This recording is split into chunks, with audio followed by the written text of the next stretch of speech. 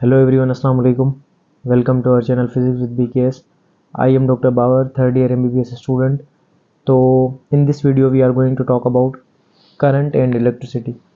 तो current and electricity के lecture को जो है हम आगे बढ़ाएंगे और this video is one shot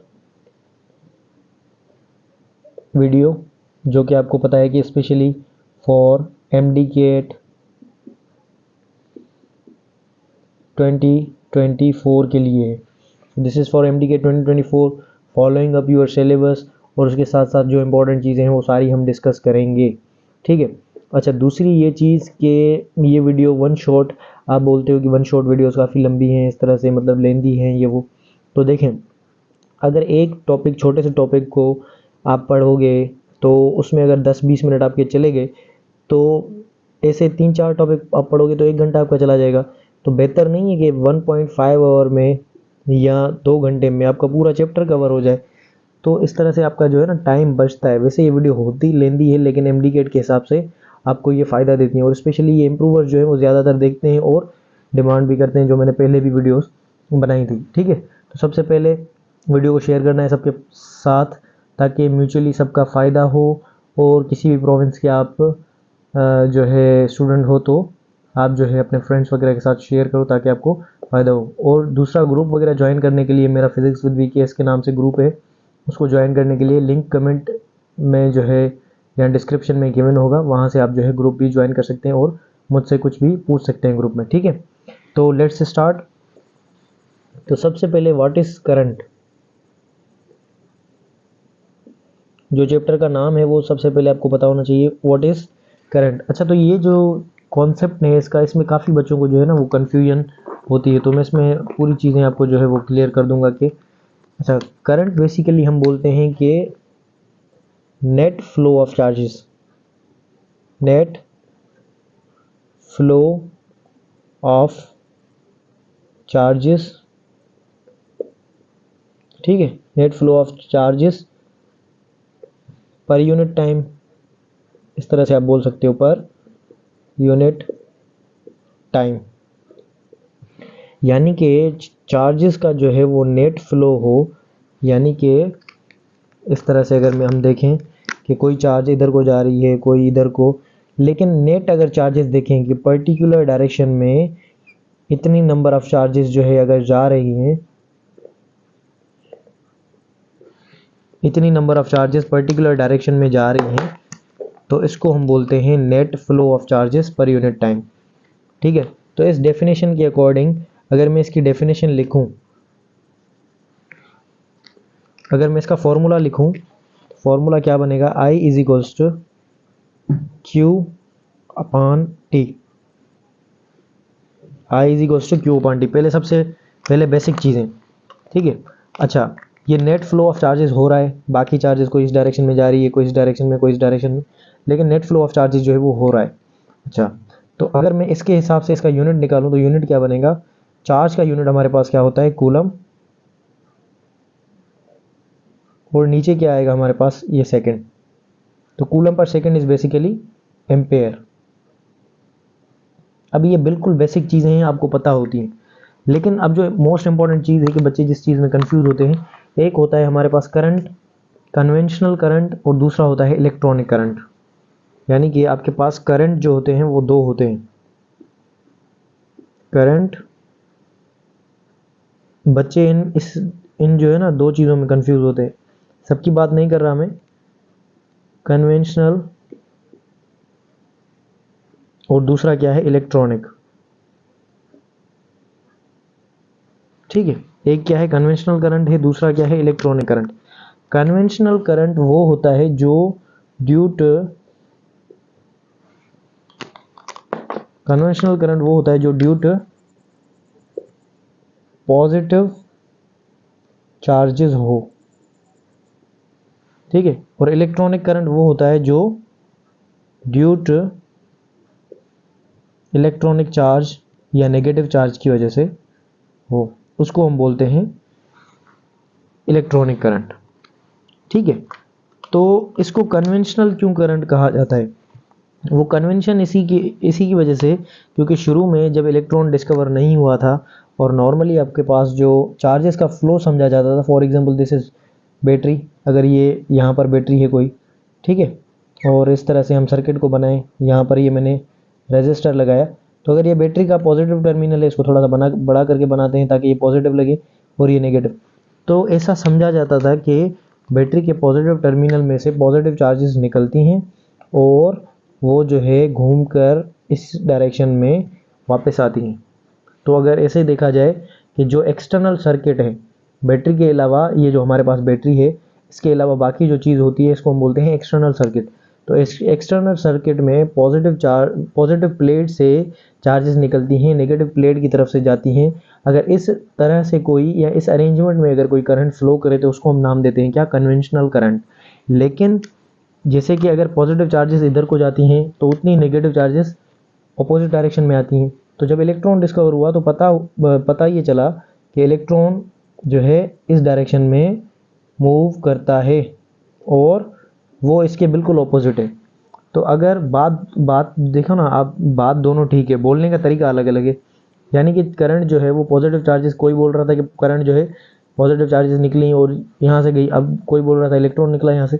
तो इस डिबेट को ख़त्म करके इन्होंने बता दिया कि conventional current is current due to positive charges and with the positive charge move from positive terminal of the battery to the negative in the external circuit. ये बोलना क्यों ज़रूरी है, क्योंकि जब ये चार्जेस बैटरी के अंदर आती हैं तो अंदर देखो आप, ये पॉजिटिव चार्ज यहाँ पर पहुँची, तो अब ये इसे नेगेटिव चार्ज से, सॉरी अपना नेगेटिव प्लेट से पॉजिटिव प्लेट की तरफ आना है, तो ये नेगेटिव से पॉजिटिव जाएगी। तो ये पॉजिटिव से नेगेटिव आई, लेकिन बैटरी के अंदर नेगेटिव से पॉजिटिव आएंगी चार्जेस, कौन सी, पॉजिटिव वाली। और ये इलेक्ट्रॉन जो होगा, ये इलेक्ट्रॉन नेगेटिव से निकलेगा पॉजिटिव में जाएगा, लेकिन फिर जो बैटरी के अंदर है वो पॉजिटिव से नेगेटिव की तरफ जाएगा। तो इस पूरी कॉम्प्लिकेशन को ख़त्म करके इन्होंने डिवाइड कर दिया कि conventional current is the current due to positive charges और electronic current is the current due to electronic charges या बेसिकली नेगेटिव चार्जेस। करंट के दो टाइप्स होते हैं।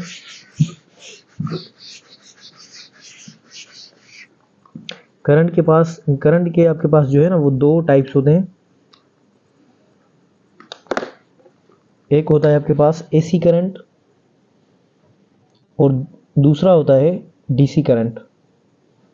ठीक है, एसी करंट आपके पास क्या होता है, जो कि टाइम के हिसाब से अपने आप को चेंज करे, ठीक है, या ऐसा current which changes its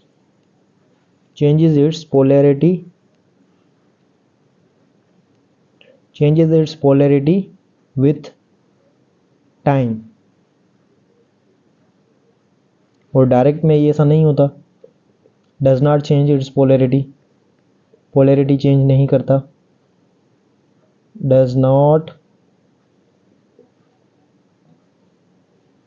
change it's polarity, does not change it's polarity. अच्छा, दूसरी बात ये कि इस डीसी के दो टाइप्स और होते हैं। एक होता है स्मूथ डीसी और दूसरा होता है पल्सेटिंग डीसी। अब देखो इसमें क्या होगा, इसका एक छोटा सा ग्राफ आप जो है वो देख लो जो कि काम का है। इसमें क्या होता है कि करंट आपके पास जो होता है, अगर यहाँ से मैं करंट बनाऊँ, ठीक है, और यहाँ पर टाइम रखें, तो ये टाइम के हिसाब से मीन्स एक पर्टिकुलर टाइम तक ये जो है पॉजिटिव हाफ साइकिल देगा। इसको मैं अगर पॉजिटिव रखूँ और यहाँ पर ये इसको नेगेटिव रखें, तो एक साइड तक ये पॉजिटिव जो है अपना पोलैरिटी दिखाएगा और फिर जो है नेगेटिव देन पॉजिटिव। तो ये जो करंट होता है ना, फ्लो करंट का, जिसमें पर्टिकुलर टाइम के बाद ये अपनी पोलैरिटी को रिवर्स करता है, पहले पॉजिटिव था फिर नेगेटिव हो गया, फिर पॉजिटिव फिर नेगेटिव, तो ऐसे करंट को हम नाम देते हैं एसी करंट, या इसको नाम देते हैं अल्टरनेटिंग करंट। पूरा नाम इसका अल्टरनेटिंग करंट है, पोलैरिटी को चेंज करेगा विथ टाइम। लेकिन इसमें नहीं होता, पोलैरिटी चेंज नहीं होती, जो पहले होगी वही बाद में होगी।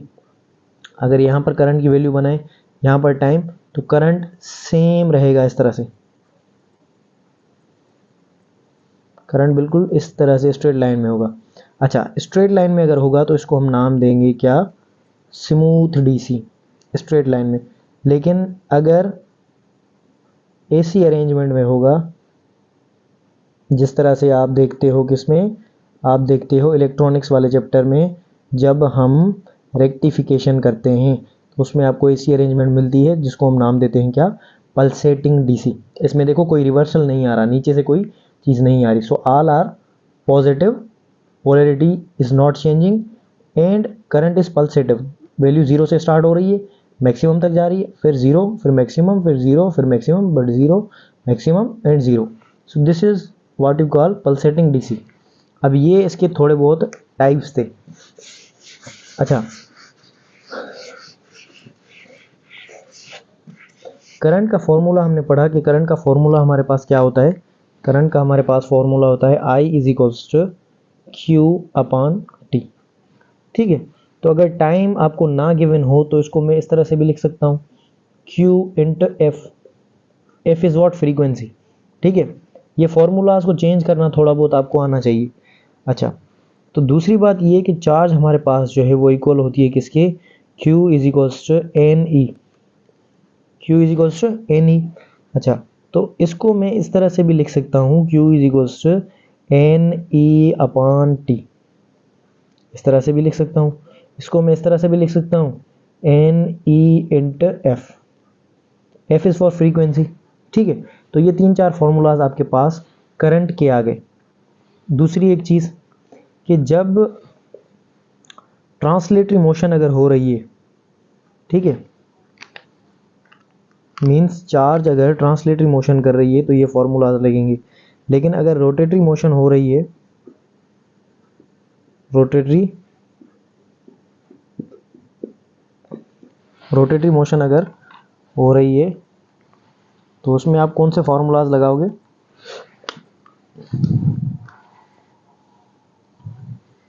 ठीक है।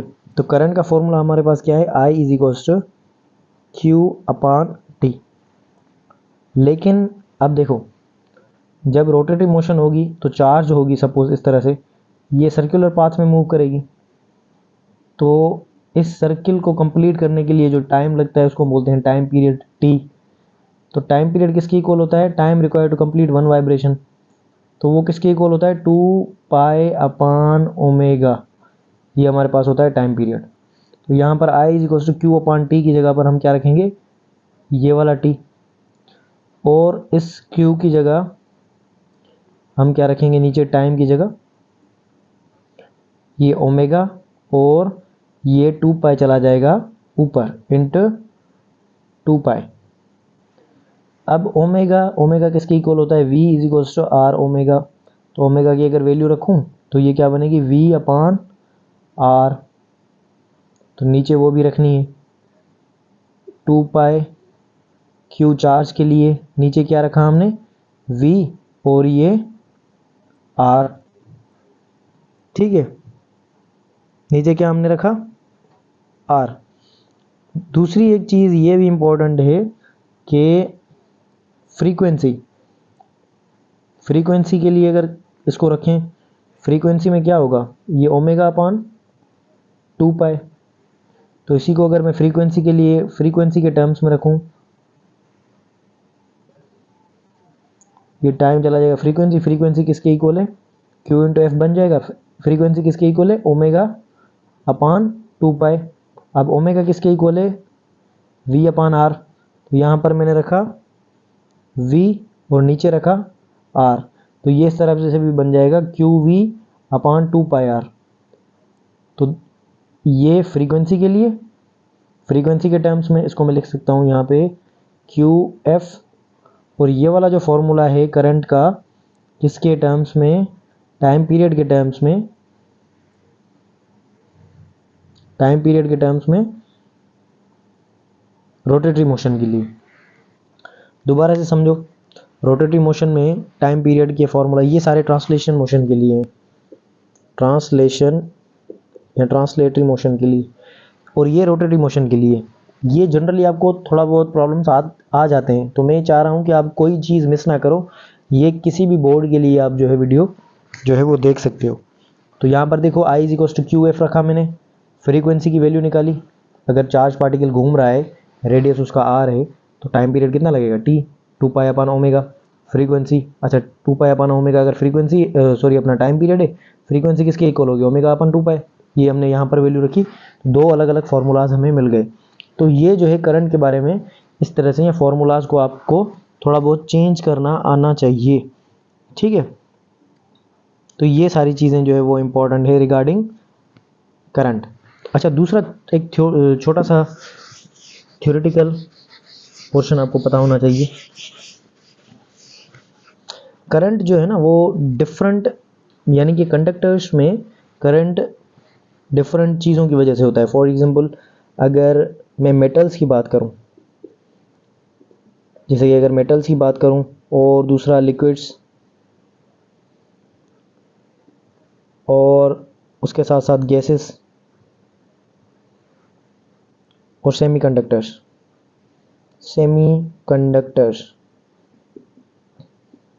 तो सेमीकंडक्टर्स जिन्होंने थोड़े बहुत चैप्टर वगैरह पढ़े हैं इलेक्ट्रॉनिक्स के, उनको पता होगा कि उसमें दो चीज़ें होती हैं, एक होता है होल और दूसरा होता है इलेक्ट्रॉन।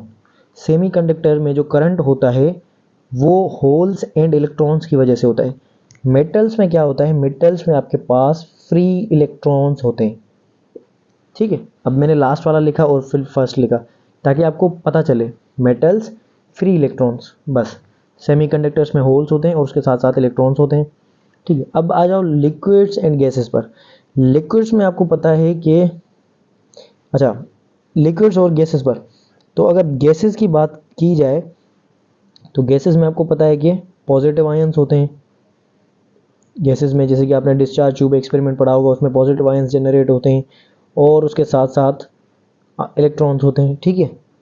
और इलेक्ट्रॉन अपना लिक्विड्स में क्या होगा, लिक्विड्स में हमारे पास पॉजिटिव एंड नेगेटिव आयंस होते हैं, जो कि सॉल्यूशन वगैरह में आप देखते हो, पॉजिटिव एंड नेगेटिव आयंस।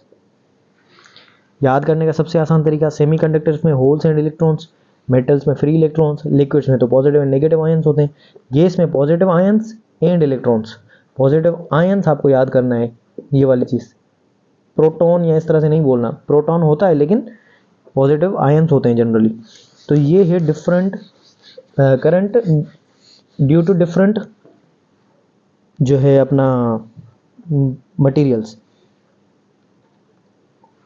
उसके साथ साथ हमें अब थोड़ा सा पढ़ना है किसका, ड्रिफ्ट वेलोसिटी का। तो ड्रिफ्ट वेलोसिटी क्या है कि एक ऐसी velocity,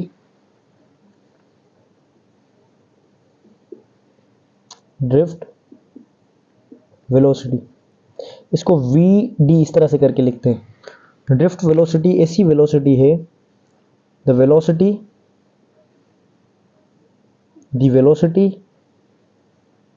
with which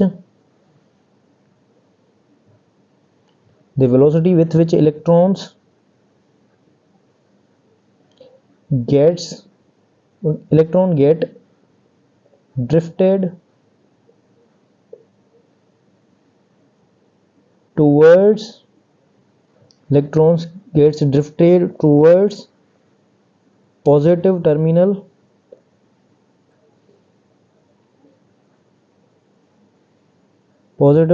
of battery. Electrons get drifted positive terminal of battery in the presence of electric field. ऐसी वेलोसिटी जो कि इलेक्ट्रॉन्स को धकेले पॉजिटिव टर्मिनल ऑफ बैटरी की तरफ इलेक्ट्रिक फील्ड के प्रेजेंस में। अच्छा, इलेक्ट्रिक फील्ड के प्रेजेंस में इलेक्ट्रिक फील्ड आती कब है, ये सारी चीज़ें मैं थोड़ी देर में आपको बताता हूँ, ठीक है। फॉर एग्जांपल अगर ये कोई भी आपके पास कंडक्टर है, इसको हमने बैटरी के साथ कनेक्ट किया है, so this is the positive terminal and this is the negative terminal. तो अब इसमें पहले जो है ना रैंडम मोशन हो रही है इलेक्ट्रॉन्स की, कोई इलेक्ट्रॉन इधर को जा रहा है, कोई इस डायरेक्शन में, कोई इस डायरेक्शन में, कोई इस डायरेक्शन में, ये आपके पास बनी हुई है। और इसके पास जो नॉर्मल टेम्परेचर पर या रूम टेम्परेचर पर जो इसकी वेलोसिटी होगी, इसको हम बोलते हैं थर्मल वेलोसिटी। थर्मल वेलोसिटी, और थर्मल वेलोसिटी 10 पावर 6, या इसको हम मिलियन मीटर पर सेकेंड भी बोलते हैं। थर्मल वेलोसिटी की मैग्नीट्यूड ज़्यादा होती है भाई, ठीक है। तो ये बात आपको याद करनी है। उसके साथ साथ एक और चीज़, जब आप इसको बैटरी के साथ अप्लाई करोगे, यानी कि ये थर्मल वेलोसिटी कब होती, मैंने आपको बताया ना कि थर्मल वेलोसिटी तब होगी जब रूम टेम्परेचर हो, बैटरी वगैरह साथ कनेक्टेड ना हो, means without battery, battery cancel. तो अब जब इसको बैटरी के साथ आप कनेक्ट करोगे तो क्या होगा कि ये जो है ना, अब देखो इलेक्ट्रॉन्स हैं, ये पूरा लाइन में पॉजिटिव टर्मिनल की तरफ ड्रिफ्ट होंगे, ऐसे ऐसे जाएंगे, मूव करेंगे, क्योंकि नेगेटिव क्या करेगा, नेगेटिव नेगेटिव को धकेलेगा और पॉजिटिव इसको अट्रैक्ट करेगा, ठीक है।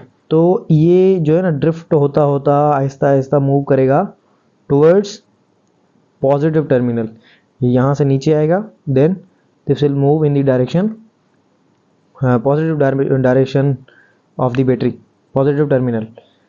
अच्छा, और ये कब हो रहा है, ये हो रहा है presence of electric field, electric field की मौजूदगी में ये हो रहा है। दूसरी चीज़ कि ड्रिफ्ट वेलोसिटी की मैग्नीट्यूड कौन सी होती है, तो सबसे पहले मैं ये बोलूँगा कि आपके डिफरेंट टेक्स्ट बुक्स में इसकी डिफरेंट वैल्यू है, लेकिन अगर स्टैंडर्ड आपको कोई वैल्यू फॉलो करनी है ना, तो वो मैं अपने तरफ से बता देता हूँ। 0 पॉइंट जो है इसकी वैल्यू कितनी है, 0.1 सेंटीमीटर पर सेकेंड। तो ये है इसकी स्टैंडर्ड वैल्यू। बाकी आप अपने टेक्स्ट बुक, सिंध के स्टूडेंट हो आप तो सिंध को फॉलो करो, केपी के स्टूडेंट हो केपी के टेक्स्ट बुक को फॉलो करो, जिस टेक्स्ट बुक को फॉलो करना है उसको फॉलो करो, आपकी मर्जी है, ठीक है। तो ये है ड्रिफ्ट वेलोसिटी। अच्छा, दूसरा एक ड्रिफ्ट वेलोसिटी का हमारे पास फॉर्मूला होता है, जो कि कभी कभी उसमें से प्रॉब्लम्स एक आध जो है वो बच्चे शेयर करते हैं, लेकिन पढ़ाया नहीं जाता, तो वो मैं आपको फॉर्मूला भी इसका बता देता हूँ जो कि आपको पढ़ना है, ठीक है। ड्रिफ्ट वेलोसिटी, वेलोसिटी जिसकी जो बैटरी के प्रेजेंस में इलेक्ट्रॉन्स को पॉजिटिव टर्मिनल की तरफ भेजे, उसको हम बोलते हैं ड्रिफ्ट वेलोसिटी। मैग्नीट्यूड ये है, थर्मल वेलोसिटी और इसके में डिफरेंस भी मैंने बता दिया, इसकी मैग्नीट्यूड हाई होती है, इसकी मैग्नीट्यूड कम होती है, काफ़ी कम होती है, विदाउट बैटरी होती है, ठीक है। और ये जो है 10 पावर 6 मिलियन मीटर पर सेकेंड नॉर्मल टेम्परेचर पर होती है, इसी वजह से इसको हम थर्मल वेलोसिटी भी कहते हैं।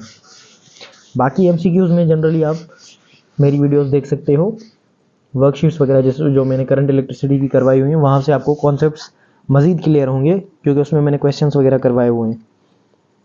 अच्छा, तो फॉर्मूला क्या है, फॉर्मूला लिखें यहाँ पे ड्रिफ्ट वेलोसिटी का। तो हम क्या करते हैं, एक फॉर्मूला हमारे पास होता है वेलोसिटी का, अगर कंसिडर करें, क्योंकि पहले ड्रिफ्ट वेलोसिटी नहीं थी इनिशियल में, तो ये एक फॉर्मूला होता है हमारे पास, v is equals to U plus A T. अब हमारे पास क्या था कि ड्रिफ्ट वेलोसिटी हमारे पास जो आई वो तब आई जब हमने इलेक्ट्रिक फील्ड लगाई, या मैं कह सकता हूँ कि बैटरी लगाई, हमने बैटरी लगाई, ठीक है।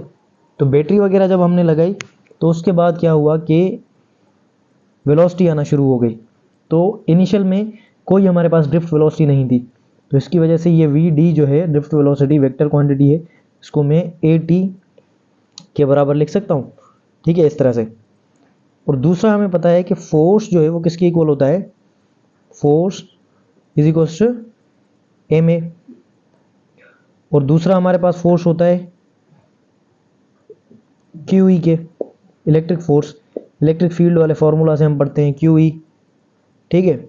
अच्छा, अब इन दोनों फार्मूलाज में से अगर मैं एक्सीलरेशन की वैल्यू निकालूं तो क्या आएगी, क्यू ई अपान एम, ये वाली वैल्यू आ गई। अब इस वैल्यू को मुझे पुट करना है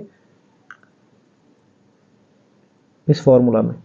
दोबारा से सुनो, कोई इनिशियली ड्रिफ्ट वेलोसिटी नहीं थी, बैटरी के लगाने के बाद आई है, ये फार्मूला मॉडिफाई हो गया, v is equals to A T, force का formula f is equals to M A, और M A is equals to Q E, क्योंकि एक फोर्स अगर इसके बराबर है एम ए के, दूसरा फोर्स क्यू ई के बराबर है, दोनों को हम बराबर ले सकते हैं।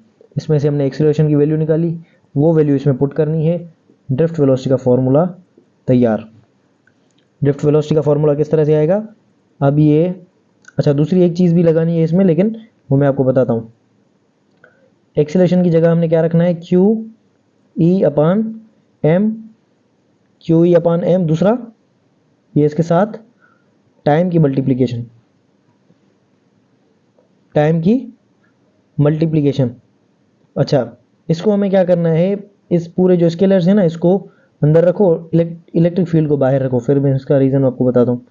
Q T upon M int ई। अब ड्रिफ्ट वेलोसिटी, बाकी अगर सारी चीज़ें कांस्टेंट रखें तो इलेक्ट्रिक फील्ड पर डिपेंड करती है। यानी कि अगर इलेक्ट्रिक फील्ड को आप चेंज करोगे तो ड्रिफ्ट वेलोसिटी चेंज होगी, क्योंकि चार्ज तो कांस्टेंट है। ठीक है, चार्ज टू मास रेशियो तो कांस्टेंट है, और टाइम अगर कांस्टेंट सपोज करें हम, तो इलेक्ट्रिक फील्ड को चेंज करने से ड्रिफ्ट वेलोसिटी के ऊपर फर्क पड़ेगा। ठीक है, तो ये बात आपने जहन में रखनी है। तो इस तरह से भी आप बोल सकते हो कि electric field is directly proportional to drift velocity. तो ये किसके साथ प्रोपोर्शनल है, इलेक्ट्रिक फील्ड के साथ। तो ये बात आपको जहन में रखनी है। दूसरी एक क्वांटिटी होती है आपके पास जो कि नॉर्मली पढ़ाई नहीं जाती, वो मैं आपको बताता हूँ।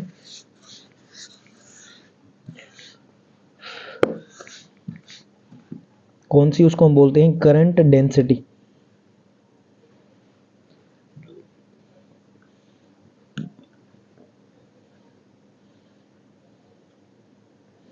Current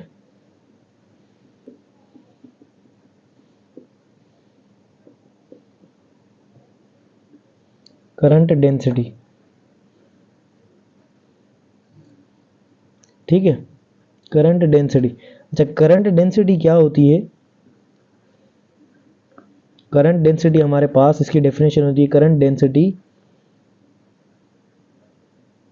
current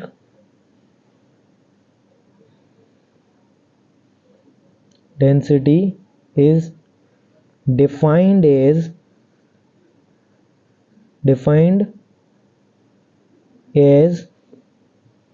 quantity of charge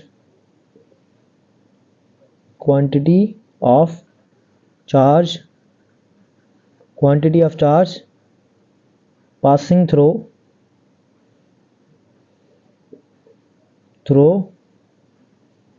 unit time, passing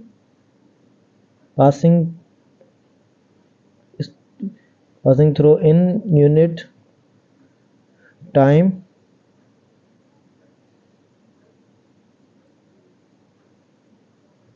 ठीक है। अच्छा, passing through unit area in unit time. अच्छा, एरिया क्या होना चाहिए? एरिया हम लेंगे perpendicular to motion of charges, perpendicular motion of charges. तो इसको अब समझो कि अगर कोई चार्ज इस डायरेक्शन में जा रही, ठीक है, तो इसके सामने हमने एक एरिया रखा। अब ये इस एरिया में से गुजरेगी, इसको गुजरने में एक टाइम लगेगा t। तो इस पूरी चीज़ को डिफाइन करने के लिए एक जो क्वांटिटी होती है इसको हम बोलते हैं करंट डेंसिटी। अच्छा, इसका फॉर्मूला क्या है? सबसे पहले ये पूरी जो डेफिनेशन आई है ना, ये आई है उस फॉर्मूला से। फॉर्मूला करंट डेंसिटी को हम जाहिर करते हैं J के साथ। करंट डेंसिटी हम जाहिर करते हैं किसके साथ? J के साथ। दूसरी आपको ये चीज़ बता दूं कि current density it is a vector quantity. Current density it is a vector quantity. Current density it is a vector quantity. तो इसके पास, हमारे पास जो फॉर्मूला है इसका ये है, J इज इक्वल्स टू, अब देखो करंट डेंसिटी, इसमें से डेफिनेशन, इसमें से फॉर्मूला निकालेंगे। Quantity of charge passing through unit area in unit time. तो चार्ज अपॉन टाइम, ये तो हमें पता चल गया कि ये एक चीज़ है इसमें। और दूसरा per unit time, per unit area यानी कि किसी भी एरिया में से परपेंडिकुलर टू दी मोशन। तो ये तो हमारे पास इसकी वैल्यू आ गई, फॉर्मूला आ गया हमारे पास। ये है इसका formula, charge upon time into area. इसको मैं इस तरह से भी लिख सकता हूँ, J is equals to I upon A. Current divided by area is known as current density. Current mathematically अगर देखा जाए तो current divided by area is known as current density. ठीक है, current divided by area is known as current density. तो ये आपके पास formula है किसका, करंट डेंसिटी का।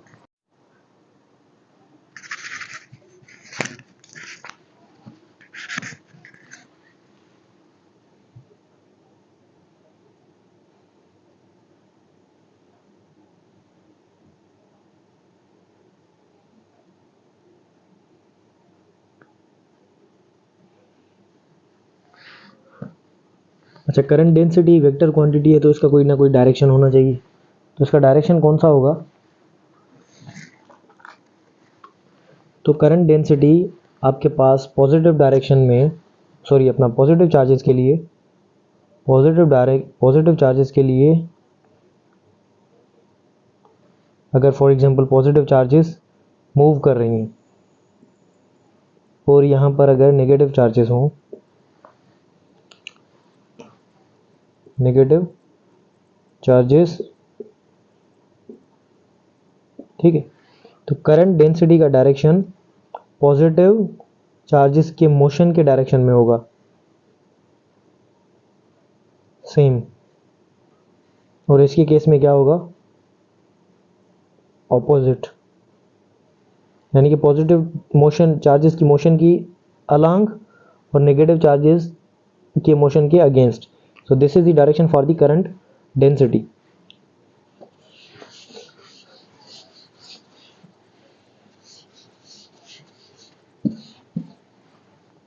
एक और चीज इसमें है कि relation between current and drift velocity.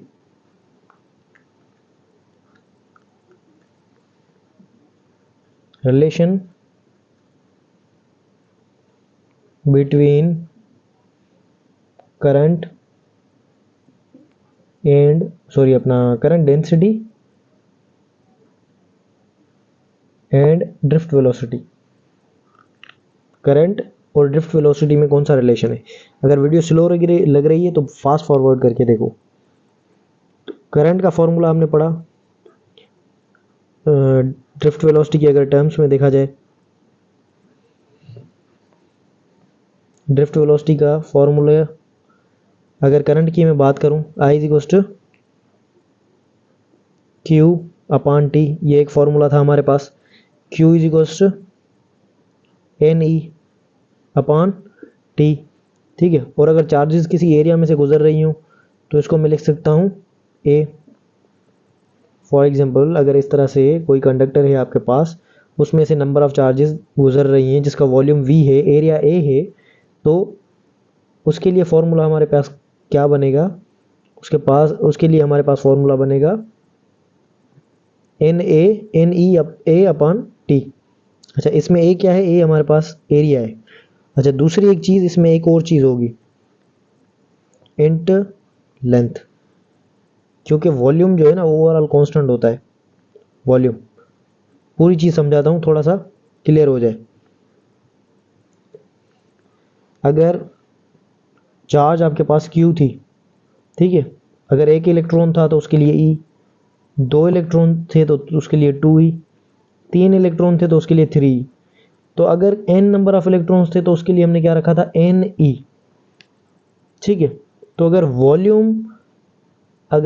Volume की बात की जाए तो for volume V, if N number of electrons passing per unit volume, तो उस वॉल्यूम के लिए क्या करना है, उस वॉल्यूम के लिए हमें नंबर ऑफ इलेक्ट्रॉन्स, इस तरह से अगर मैं लिखूं नंबर ऑफ इलेक्ट्रॉन्स पर यूनिट वॉल्यूम, तो इसकी जगह पर मैं क्या लिखूंगा, इसकी जगह पर मैं लिख सकता हूं एन अपॉन वी, ठीक है। तो ये नंबर ऑफ इलेक्ट्रॉन्स पर यूनिट वॉल्यूम जो है हमें करना है। दूसरी चीज, एन क्या है हमारे पास, कैपिटल एन,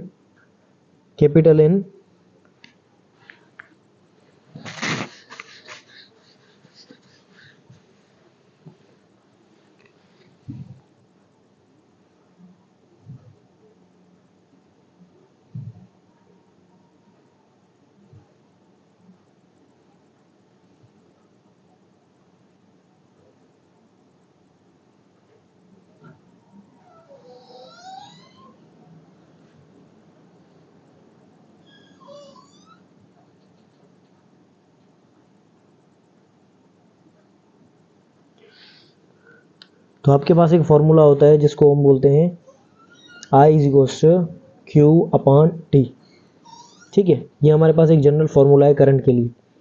तो अगर मैं बात करूं कि आपके पास एक कंडक्टर है जिसका वॉल्यूम V है और उसमें से नंबर ऑफ इलेक्ट्रॉन्स गुजर रहे हैं n नंबर ऑफ इलेक्ट्रॉन्स, अगर n नंबर ऑफ इलेक्ट्रॉन्स उसमें से गुजर रहे हैं पर यूनिट वॉल्यूम, तो फिर इसको मैं अगर लिखूं n is equals to n upon v। तो अगर आपको नंबर ऑफ इलेक्ट्रॉन्स चाहिए तो वो किस तरह से आप निकाल सकते हैं। अच्छा, वॉल्यूम क्या होता है, वॉल्यूम किसके इक्वल होता है, वॉल्यूम हमारे पास इक्वल होता है एरिया इंटू लेंथ। तो यहाँ पर अगर मैं कैपिटल N की वैल्यू रखूँ तो वो क्या आएगी, N इंटू वी, या इसको मैं इस तरह से बोल सकता हूँ NaL। ये है number of free electrons. Charge के केस में मैंने आपको बताया था कि ये इक्वल होता है किसके, Ne के अपॉन टी।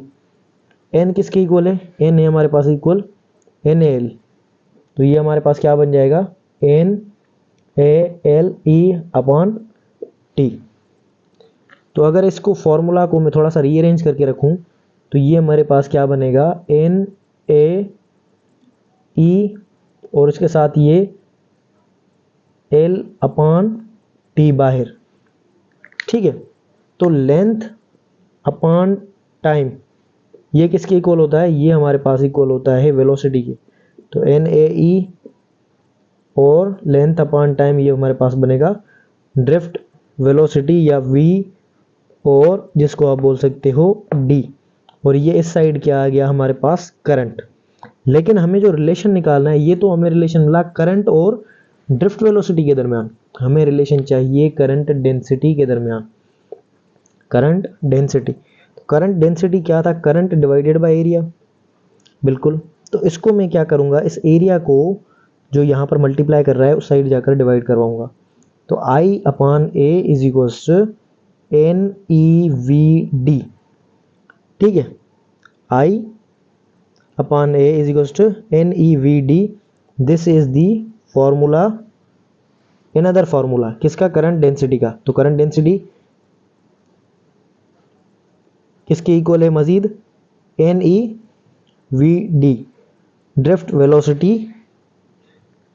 और इस करंट डेंसिटी में हमें दूसरा रिलेशन मिल गया। अच्छा, और तीसरा रिलेशन इसमें से आप निकाल सकते हो। अब बाकी फार्मूलाज में रिमूव कर रहा हूं, इसमें से मेन फार्मूलाज में लिख रहा हूं। ठीक है, ठीक है, मेन फार्मूलाज कौन से, I is equals to NaEVd, एक ये फॉर्मूला, और दूसरा J is equals to NeVd, और ये किसके लिए है, करंट डेंसिटी और ड्रिफ्ट वेलोसिटी के लिए। अच्छा, दूसरा ड्रिफ्ट वेलोसिटी का हमने क्या निकाला था formula, Vd is equals to, drift velocity का एक फॉर्मूला मैंने आपको बताया शुरू में, Et अपॉन, या इसको इस तरह से लिखो, Qt upon m into E। ये फॉर्मूला था ड्रिफ्ट वेलोसिटी का। इसको अगर मैं इसमें सब्सटीट्यूट करूं तो J is equals to NeQt upon m into E। Q charge के लिए, E भी चार्ज के लिए, तो इसको मैं E रखता हूं। ठीक है, तो ये J जो है हमारे पास करंट डेंसिटी, ये हमारे पास क्या बन जाएगा, इस E को मल्टीप्लाई करो तो ये बनेगा E स्क्वायर, इसको क्या बनेगा, ये E स्क्वायर बनेगा, E स्क्वायर, और ये N, दूसरा T अपॉन M और E। अच्छा, हमने ये रिलेशन जो निकालना था ना वो हमने निकाल लिया है यहाँ पे, रिलेशन करंट डेंसिटी और ड्रिफ्ट वेलोसिटी में। अब ये एक मजीद फार्मूला बता रहा हूँ जिसमें जो आपको आगे हेल्प करेगा रेजिस्टिविटी और रेजिस्टेंस के फार्मूलाज में। ठीक है, तो अब करंट क्या है, इसको अगर मैं ओपन करके लिखूं तो I upon A is equals to NE square T upon M into E। ठीक है, इस एरिया को अगर मैं उस साइड लेकर जाऊं ये एरिया यहाँ पर डिवाइड कर रहा है, उस साइड जाकर क्या करेगा, मल्टीप्लाई। तो ये हमारे पास करंट की जो वैल्यू बनेगी वो क्या बनेगी, इसको ब्रैकेट्स के अंदर रखते हैं, N E square T upon M, और ये आपके पास आ गई ए एरिया। अब ब्रैकेट्स का रीज़न भी मैं आपको बताता हूँ, और ये ई। अब इसमें ये जो छोटे ब्रैकेट के अंदर मैंने लिखी है ना, छोटे ब्रैकेट के अंदर मैंने क्या लिखा है, स्मॉल ब्रैकेट में N E square T upon M, इसको आप बोलते हो कंडक्टिविटी। आप बोलोगे कंडक्टिविटी, कंडक्टिविटी का तो कोई फॉर्मूला ही नहीं है। कंडक्टिविटी का ये फॉर्मूला है, ठीक है। और ये हमने जो फॉर्मूला स्मॉल ब्रैकेट में लिखा है, इसका दूसरा रीज़न ये है कि ये डिपेंड करता है सिर्फ और सिर्फ nature of material.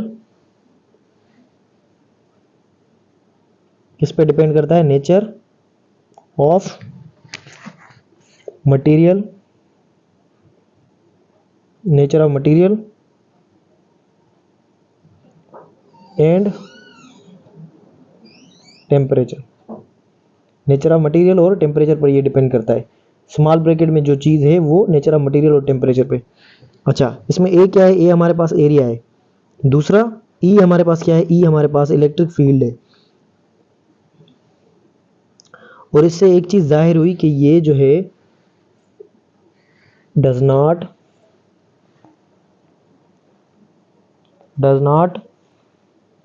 Depend upon physical dimensions. तो कभी अगर आ जाए क्वेश्चन तो बाहर नहीं जाएगा, ज़्यादा से ज़्यादा मुश्किल देंगे ना, इन सवालों में से बाहर कुछ नहीं देंगे, किसी भी प्रोविंस से चाहे आप हो। तो याद क्या करना है इसमें से, आपने ये फॉर्मूला याद करना है, ये आपके टेक्स्ट बुक में है। करंट डेंसिटी और इसका रिलेशन आपने याद करना है, तो ये आपके टेक्स्ट बुक में है। इसमें से आप एक और रिलेशन निकाल सकते हो कि ड्रिफ्ट वेलोसिटी का। अब अगर ड्रिफ्ट वेलोसिटी को मैं यहाँ पर रखूँ, एरिया को उधर लेकर जाऊँ, तो ड्रिफ्ट वेलोसिटी एरिया के साथ इन्वर्सली प्रोपोर्शनल है, अगर बाकी सारी चीज़ें कांस्टेंट नहीं तो जिसका एरिया ज़्यादा होगा उसकी ड्रिफ्ट वेलोसिटी कम होगी, या अगर एरिया को अगर मैं हाफ कर दूँ तो ड्रिफ्ट वेलोसिटी क्या हो जाएगी, डबल। दूसरा ड्रिफ्ट वेलोसिटी का ये फॉर्मूला आपको याद करना है। तीसरा ये ब्रैकेट वाला फॉर्मूला आपको याद करना है लास्ट।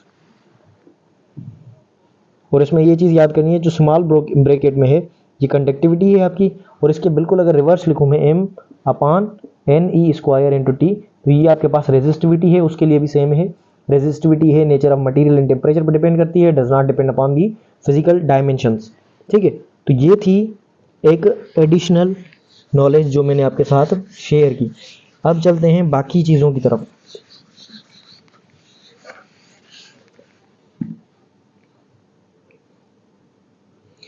आपने पढ़ा होगा ओम्स लॉ, ओम्स लॉ, ठीक है। ओम्स लॉ क्या कहता है कि एट कांस्टेंट टेम्परेचर,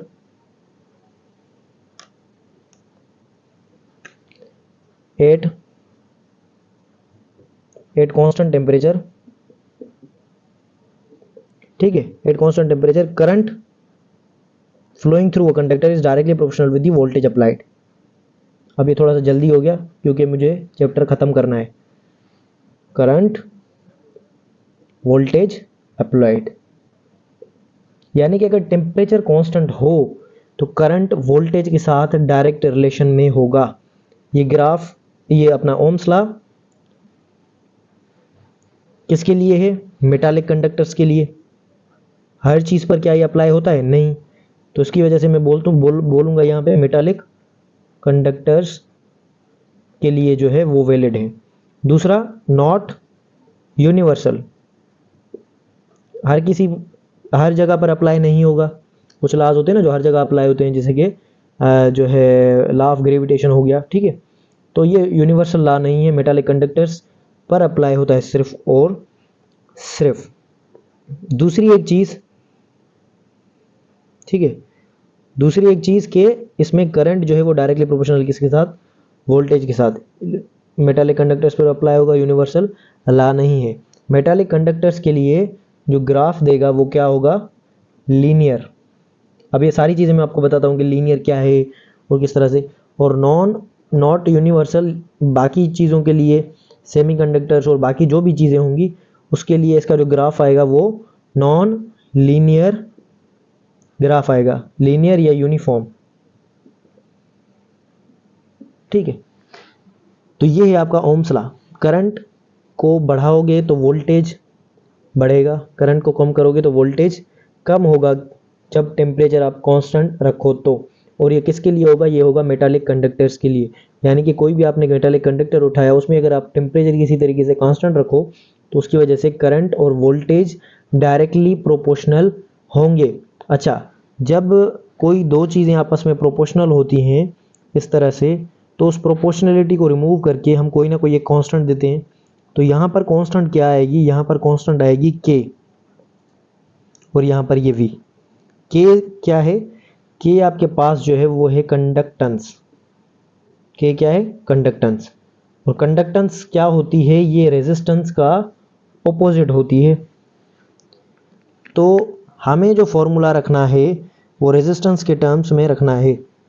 तो ये फॉर्मूला भी ठीक है, तो इसको मैं क्या करूँगा, आई इज इक्वल्स टू के की जगह पर 1/r लिखूंगा। तो ये 1/r और ये ऊपर क्या बन गया, v। तो अगर इस फॉर्मूला को मैं रीअरेंज करके रखूं तो वोल्टेज का फॉर्मूला मेरे पास बनेगा v is equals to I are.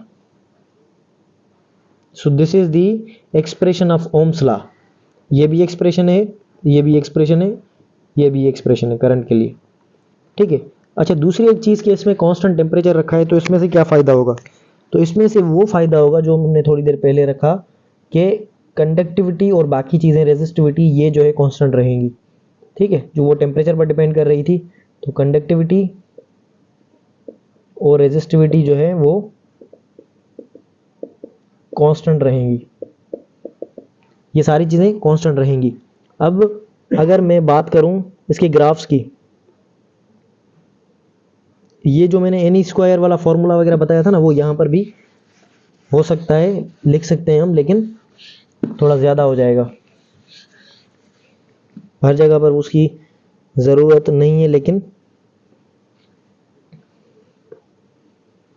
क्योंकि फॉर्मूला मैंने लिखा था ना करंट का फॉर्मूला क्या लिखा था मैंने, आई इज इक्वल्स टू इस तरह से, ये bracket N E square T upon M, और यहाँ पर रखा था मैंने एरिया, और यहाँ पर रखी थी इलेक्ट्रिक फील्ड। अब इलेक्ट्रिक फील्ड किसके इक्वल होती है, v अपान डी के। तो यहाँ पर इसको मैं अगर हटाकर v लिखूँ तो ये हो जाएगा वोल्टेज, और ये इसके साथ आ गया, सॉरी अपना डिवाइड में आ गया क्या, d। तो इस d को सिर्फ और सिर्फ वोल्टेज को बाहर रखें, d को हम लेकर आए अंदर, तो ये हमारे पास क्या बन गया, ये आपके पास है एक्सप्रेशन जिसमें कंडक्टिविटी भी है। स्मॉल ब्रैकेट में जो चीज़ें हैं वो टेम्परेचर पर डिपेंड करती हैं, और ये चीज़ें टेम्परेचर कांस्टेंट है, फिजिकल डायमेंशन एरिया और जो है लेंथ ये भी कांस्टेंट है। तो ये करंट जो है किसके साथ प्रोपोर्शनल आएगा, वोल्टेज के साथ। ठीक है, स्मॉल ब्रैकेट में क्या है, कंडक्टिविटी ये कांस्टेंट, क्योंकि ये डिपेंड करती है टेम्परेचर पे। फिजिकल डायमेंशंस ये भी कांस्टेंट है, कंडक्टर फिक्स्ड है। तो आपका जो करंट है आई वो किसके साथ प्रोपोर्शनल आया, वी के साथ। ठीक है, इस टर्म्स में आपने पहले ये लॉ नहीं पढ़ा होगा, तो इसी वजह से मैंने आपको बता दिया। ठीक, क्लियर। अच्छा, दूसरी चीज़ें करते हैं हम इससे रिलेटेड, लीनियर कंडक्टर्स। अच्छा, जो है कंडक्टर्स इसको फॉलो करेंगे लॉ को, उनको समटाइम्स हम लीनियर कंडक्टर्स भी बोलते हैं, जैसे कि मेटल्स वगैरह मैंने आपको एग्जांपल दे दिया। दूसरा इसमें से क्वेश्चंस आते हैं ग्राफिकल, ये जैसे कि आई है, ये वी है, और दूसरा अगर मैं यहाँ पर मैं ड्रॉ करूँ, ये यहाँ पर वी है और ये आई है, तो अगर मैं इस तरह से दो लाइनें यहाँ पर बना दूँ और यहाँ पर मैं दो लाइनें बना दूँ, तो दोनों में फ़र्क क्या है, तो दोनों में फ़र्क ये है कि अगर मैं इसका स्लोप निकालूंगा तो इसका स्लोप मुझे किसके इक्वल मिलेगा, और इसका स्लोप मैं निकालूंगा तो इसका स्लोप मुझे किसके इक्वल मिलेगा। तो दोनों में फ़र्क है। स्लोप आपको क्या बताता है, परपेंडिकुलर अपॉन बेस। तो परपेंडिकुलर क्या है हमारे पास, आई, और बेस क्या है हमारे पास, वी। ठीक है, परपेंडिकुलर क्या है, आई अपॉन वी। अच्छा, V is equal to I R, ये हमने पढ़ा। तो रेजिस्टेंस का फॉर्मूला अगर देखो तो क्या बनेगा, V अपॉन आई। यहां पर आपके पास क्या आ रहा है, आई वी, आई अपॉन वी। इसका मतलब ये हुआ कि ये जो है इसका स्लोप हमें क्या दे रहा है, इसका स्लोप हमें रेजिस्टेंस नहीं बल्कि कंडक्टेंस दे रहा है। ठीक, इसका स्लोप हमें क्या देगा, V upon I. V upon I क्या है, रेजिस्टेंस। अच्छा, इससे जाहिर क्या हुआ, एक चीज हमेशा याद करो कि एक्स एक्सिस के साथ जो जितनी बड़ी एंगल बनाएगा उसका स्लोप उतना ज़्यादा। तो यहाँ पर इसकी एंगल कम है, इसकी एंगल ज़्यादा, तो स्लोप किसका ज़्यादा होगा, जो कि ज़्यादा वाई एक्सिस की तरफ होगा। ठीक है, जो जितना ज़्यादा स्टीपर होगा उसका स्लोप उतना ज़्यादा। मीन्स मतलब स्टीपर जितना ज़्यादा उतना स्लोप ज़्यादा।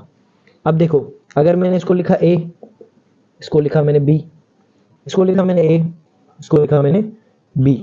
अब होगा क्या कि इस ए वाली साइड का जो है ना, इसका कंडक्टेंस ज़्यादा है, जिसका स्लोप ज़्यादा, यहाँ से देखो ना, जिसका स्लोप ज़्यादा उसकी कंडक्टेंस ज़्यादा। तो इस ग्राफ में ए वाली साइड की के जो है वो ज़्यादा है और इसकी जो के है वो कम है। एक क्वेश्चन आपका हो गया, एक नहीं बल्कि 2-3 क्वेश्चन हो गए। इसका स्लोप क्या है, किसका स्लोप ज़्यादा होगा और किस तरह से स्लोप निकलेगा। ठीक है, यहाँ पर देखो, जिसका स्लोप ज़्यादा है उसकी रेजिस्टेंस ज़्यादा है, तो यानी कि इस साइड में आपकी ए की साइड की रेजिस्टेंस ज़्यादा है, इसकी रेजिस्टेंस कम है। तो इस तरह के जो क्वेश्चंस हैं वो आपसे पूछे जाते हैं। अच्छा, दूसरी एक चीज़ कि स्ट्रेट लाइन मैंने आपको बताया कि आपको मिलेगा मेटल्स के लिए, यानी कि अगर ओमिक लॉ जो फॉलो करेगा ना, यानी कि अगर आपसे पूछे कि ओमिक लॉ जो फॉलो करेगा ग्राफ, तो उसमें आपको किस तरह से ग्राफ मिलेगा, वो आपको स्ट्रेट लाइन मिलेगा ग्राफ। ठीक है, अच्छा, नॉन ओमिक जो होंगे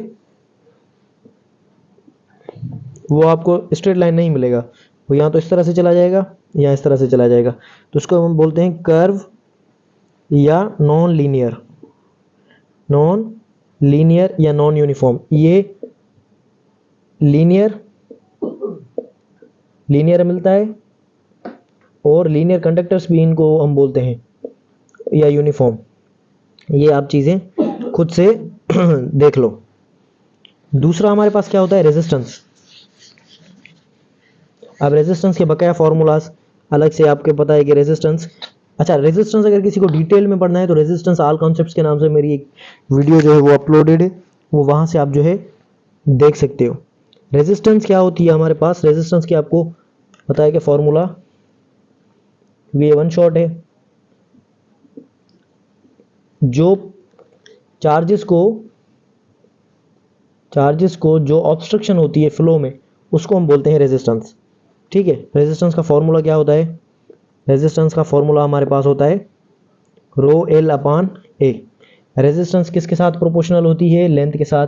जितनी तारें या वायरें लंबी होंगी उतनी रेजिस्टेंस ज़्यादा, और जितना एरिया कम होगा उतनी रेजिस्टेंस जितना एरिया कम होगा उतनी रेजिस्टेंस ज़्यादा, और जितना एरिया ज़्यादा उतनी रेजिस्टेंस कम। ठीक है, अब ये क्या है, इसमें ये हमारे पास है रेजिस्टिविटी।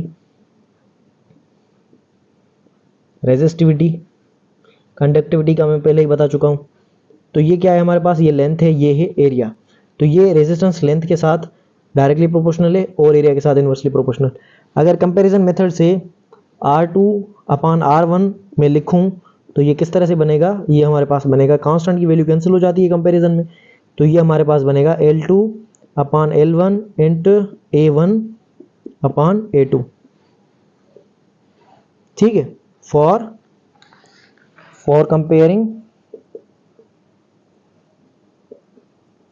कंपेयरिंग टू रेजिस्टेंस बोल दो या रेजिस्टर्स बोल दो, बात एक ही है। यहाँ R1 R2 बोल दो तो भी बात एक ही है। ठीक है, अच्छा, रेजिस्टेंस दूसरा डिपेंड करती है टेम्परेचर पर, क्योंकि ये रेजिस्टिविटी पर भी डिपेंड करती है ना। रेजिस्टिविटी क्या है, मटेरियल पर डिपेंड करती है। यानी कि अगर मैं बात करूं तो रेजिस्टेंस आपकी प्रोपोर्शनल है लेंथ के साथ, एरिया के साथ। रेजिस्टिविटी पर भी डिपेंड करेगी, क्योंकि ये हर मटेरियल की अलग अलग है, लेकिन अगर इसमें आप देखोगे तो इसमें आपका टेम्परेचर के चेंज होने से या मटेरियल के चेंज होने से रेजिस्टिविटी चेंज हो रही है, उसकी वजह से ओवरऑल रेजिस्टेंस भी चेंज हो जाएगा। तो ये बात आपने जहन में रखनी है। अच्छा, रेजिस्टेंस का यूनिट क्या होता है? रेजिस्टेंस का फॉर्मूला क्या है? V upon I। तो वोल्टेज और नीचे क्या है? एम्पियर। ठीक है, वोल्टेज अपॉन एम्पियर। तो वोल्टेज अपॉन एम्पियर इसको हम बोलते हैं ओम, और इसका जो सिंबल है वो इस तरह से यूज होता है।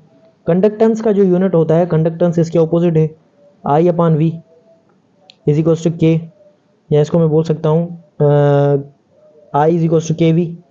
ठीक है, लेकिन कंडक्टेंस का यूनिट निकालना है तो इस कंडक्टेंस का यूनिट होता है सीमन, सीमन और मो, आर, ओम, इनवर्स, ये तीनों यूनिट होते हैं। ओम इनवर्स बोलो, मो बोलो, सीमन बोलो। ठीक है, ये कंडक्टेंस के यूनिट होते हैं। और रेजिस्टेंस का क्या है? रेजिस्टेंस का ओम है और इसकी सिंबल ये है। अच्छा, रेजिस्टेंस की डिपेंडेंस भी मैंने आपको बता दी कि रेजिस्टेंस किस पर डिपेंड करता है और किस तरह से। और दूसरा आपके पास होता है स्पेसिफिक रेजिस्टेंस। स्पेसिफिक रेजिस्टेंस या रेजिस्टिविटी बात एक ही है। Resistance is equal to rho L upon A. अब ये जो है ना रेजिस्टिविटी, इसको हम बोलते हैं स्पेसिफिक रेजिस्टेंस। ठीक है, और ये किस पर डिपेंड करती है? इसका यूनिट क्या है? मैंने आपको बताया ना कि ये मटेरियल पर डिपेंड करती है। ये आप लिख लो, ओनली मटेरियल एंड टेम्परेचर पर। और किस पर डिपेंड नहीं करती? Independent of physical dimensions. अब फिजिकल डायमेंशंस क्या होते हैं? वॉल्यूम, टेम्परेचर, सॉरी अपना वॉल्यूम नहीं, वॉल्यूम टेम्परेचर, या वॉल्यूम सॉरी टेम्परेचर नहीं बल्कि वॉल्यूम, एरिया, ये फिजिकल डायमेंशंस होते हैं। टेम्परेचर तो हमने यहाँ पे बोल दिया। फिजिकल डायमेंशंस में क्या आता है? एरिया आता है, लेंथ आता है, वॉल्यूम आता है, ये फिजिकल डायमेंशंस है, इस पर डिपेंड नहीं करती। ठीक है। अच्छा, दूसरा किसकी रेजिस्टिविटी स्मॉल होती है या स्पेसिफिक रेजिस्टेंस स्मॉल होती है? ये सिल्वर और कॉपर की, सिल्वर और कॉपर वायर की रेजिस्टेंस जो है वो स्मॉल होती है। कॉपर मेटल्स की रेजिस्टेंस स्मॉल होती है। और किसकी लार्ज होती है? नाइक्रोम की, नाइक्रोम,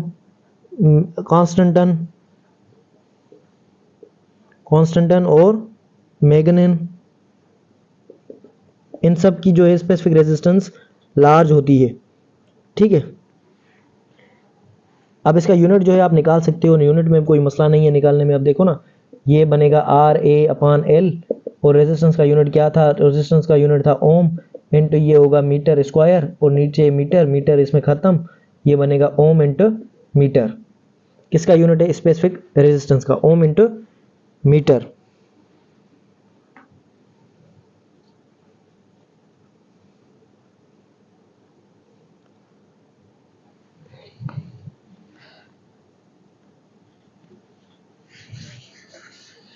अच्छा, इंसुलेटर्स की जो रेजिस्टिविटी होती है, इंसुलेटर मींस जिसमें से इलेक्ट्रॉन्स पास करने में, इलेक्ट्रॉन्स आसानी से पास ना हो, तो उनके लिए, इंसुलेटर्स के लिए आपकी जो रेजिस्टिविटी होती है वो इनफाइनाइट होती है। ठीक है, इंसुलेटर्स की रेजिस्टिविटी इनफाइनाइट होती है। और मेटल्स की जो है वो रेजिस्टिविटी 0 होती है।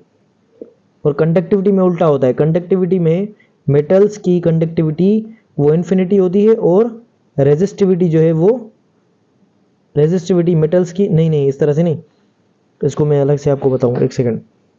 परफेक्ट कंडक्टर्स जो होते हैं ना आपके, उनमें परफेक्ट जो आपके पास क्या होते हैं कंडक्टर्स, उनकी कंडक्टिविटी उनकी क्या होती है? उनकी कंडक्टिविटी होती है आपके पास इन्फिनिटी। कंडक्टेंस उनकी क्या होती है? इन्फिनिटी। इसको मैं के के साथ लिख लेता हूँ, कंडक्टिविटी इन्फिनिटी। और रेजिस्टिविटी क्या होती है उनकी? इंसुलेटर्स की कंडक्टिविटी 0। अब दोबारा से समझो कि आपके पास, इस बात को छोड़ दो, बस डायरेक्ट कंडक्टिविटी कंडक्टर्स की बात करो, कंडक्टर्स में क्या है कि कंडक्टिविटी मेटल्स की, मेटल्स में से ज़्यादा क्या होंगे, इलेक्ट्रॉन्स मूव करेंगे, तो उनकी कंडक्टिविटी क्या होगी, इनफाइनाइट या मैक्सिमम। इंसुलेटर्स में से नहीं गुजरेंगे तो उनकी क्या होगी, ज़ीरो। ठीक है, यही बात मुझे समझानी थी। दूसरा, रेजिस्टेंस किस पर डिपेंड करता है, टेम्परेचर पर। टेम्परेचर को चेंज करने से रेजिस्टेंस किस तरह से चेंज होगा कि चेंज इन रेजिस्टेंस हमारे पास जो होता है वो प्रोपोर्शनल होता है किसके साथ, ओरिजिनल रेजिस्टेंस के साथ। दूसरा, चेंज इन रेजिस्टेंस हमारे पास प्रोपोर्शनल होता है किसके साथ, हमारे पास प्रोपोर्शनल होता है चेंज इन टेम्परेचर के साथ। तो अगर ये दोनों मैं बराबर रखूं, जैसे कि हमारे पास कोई कंडक्टर है, ठीक है, उसका टेम्परेचर, उसकी ओरिजिनल रेजिस्टेंस है आर नॉट, जब टेम्परेचर को हमने चेंज नहीं किया, बाद में हमने टेम्परेचर को चेंज कर दिया आर टी के ऊपर, उसकी रेजिस्टेंस क्या होगी, तो वो हमें बताना है। तो वो आप किस तरह से करोगे, ये डेल्टा आर इसके साथ प्रोपोर्शनल है, तो delta R is proportional with R not delta T. Proportionality हटाएंगे, कोई ना कोई कांस्टेंट देंगे, delta R is equal to यहाँ पर कांस्टेंट देंगे alpha, alpha R not delta T. अब डेल्टा आर क्या है, शुरू में रेजिस्टेंस क्या थी, आर नॉट, बाद वाली कौन सी है, आर टी, तो चेंज क्या होगी, R T minus R not, बाद वाली में से शुरू वाली माइनस कर देंगे, तो R T minus R not will be equal to alpha R not delta T. तो इसमें से अगर आर टी की वैल्यू निकालें तो आर टी विल बी, ये उधर चला जाएगा, तो ये बनेगा R not 1 plus alpha delta T. ये फॉर्मूलाज डेरिवेशन आपके पास, या मुझे नहीं करवानी वन शॉट में, लेकिन मैं आपको जल्दी में मैंने बता दिया कि ये जो है R T is R not 1 plus alpha delta T, ये आपके पास टेम्परेचर पर डिपेंड करता है रेजिस्टेंस, और ये फॉर्मूलाज इस तरह से आपके पास आते हैं। और अगर कंपेरिजन वाले क्वेश्चन आए, कंपेरिजन ऑफ टू, तो ये किस तरह से करेंगे, R two upon R one, R two is basically, इसको मैं पूरा लिख लूँ फिर मैं आपको बताऊँ, 1 प्लस अल्फा टी टू, और नीचे ये 1 प्लस अल्फा टी वन। ठीक है, तो ये जब दो रेजिस्टेंस आपको मिली हुई हो दोनों अलग अलग टेम्परेचर पर, तो अच्छा टेम्परेचर यहाँ पर जो है ना, ये आपको डिग्री सेल्सियस में रखना है, ये बात आपने जहन में रखनी है। तो इस तरह से जो है आप कर सकते हो।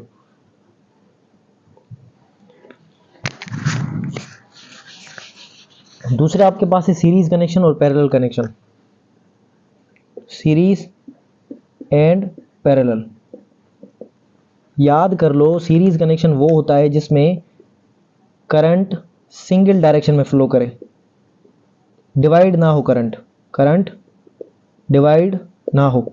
समझने के लिए समझो, ये एक रेजिस्टर, दूसरा रेजिस्टर, तीसरा, ठीक है, करंट को मैंने छोड़ा, यहाँ से गया सीधा, एक रेजिस्टर आया, इसमें से गुजरा, दूसरे में से गुजरा, तीसरे में से गुजरा।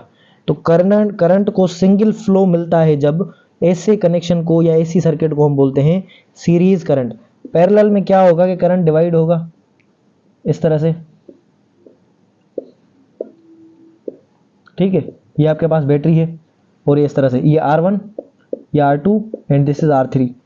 अब देखो करंट ये यहाँ से आया, ये आए, अब ये ऊपर चला जाएगा, यहाँ भी जाएगा, यहाँ भी जाएगा, करंट डिवाइड कर जाएगा। और ये नीचे क्या है हमारे पास, नीचे हमारे पास बैटरी है, वोल्टेज। तो पैरेलल में, सीरीज में क्या होगा, सीरीज में करंट कांस्टेंट, आई कांस्टेंट।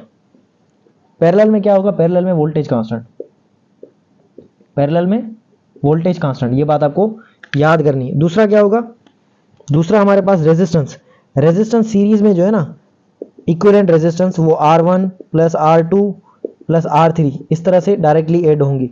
और अगर n नंबर ऑफ रेजिस्टर्स हैं तो R इक्विवेलेंट आपको मिलेगी n R के इक्वल। अगर पहले आपने वीडियो नहीं देखी, पहले कॉन्सेप्ट्स नहीं है, तो ये वीडियो नहीं समझ आएगी, आहिस्ता आहिस्ता करके समझेंगे तो समझ आएगी। ठीक है, अच्छे से एक मरतबा चैप्टर पढ़ा हुआ है ना, तो ये वीडियो जो है रिवीजन के लिए आपके पास बेस्ट होगी, जितना मैं ट्राई कर रहा हूँ।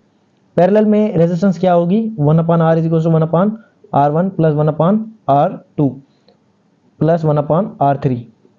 अच्छा, अगर n नंबर ऑफ रेजिस्टर्स हों तो R is equal to R/n। ठीक है, इक्विवेलेंट रेजिस्टेंस पैरेलल में।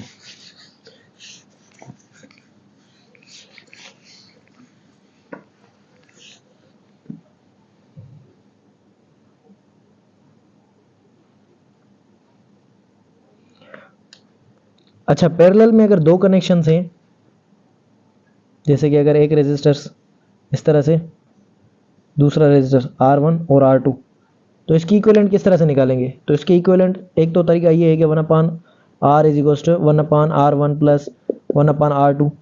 दूसरा ये है कि इसको याद कर लो, जब दो कनेक्शन हो ना पैरेलल में, दो कनेक्शन पैरेलल में, तो उसको करने का तरीका ये है कि R equivalent is equals to दोनों की मल्टीप्लिकेशन करो, R1 R2 दोनों का सम कर दो, R1 प्लस R2। ये सिर्फ दो के लिए, ठीक है। और जब सेम सिमिलर कनेक्शन हो सीरीज में तो NR, पैरेलल में हो तो R/N, इस तरह से ये आप कर सकते हो।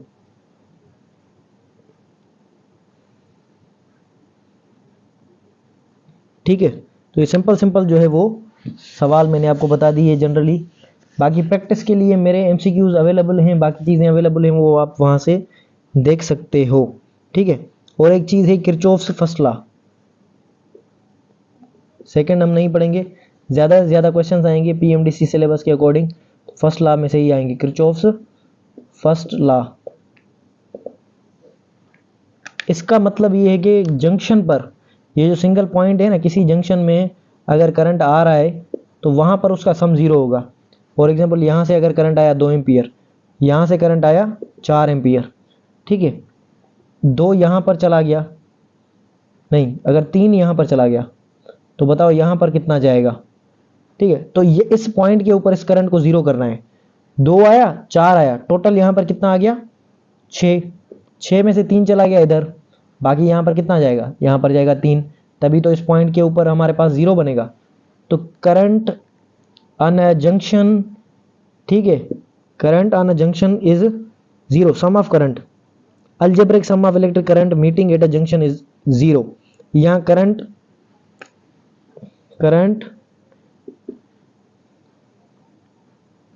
जो आता है incoming, current coming is equal to current leaving.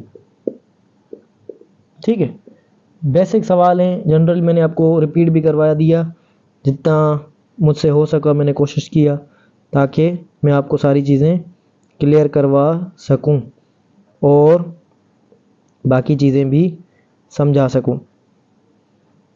ठीक, और दूसरा एक आपके पास क्वेश्चन आता है इस तरह से,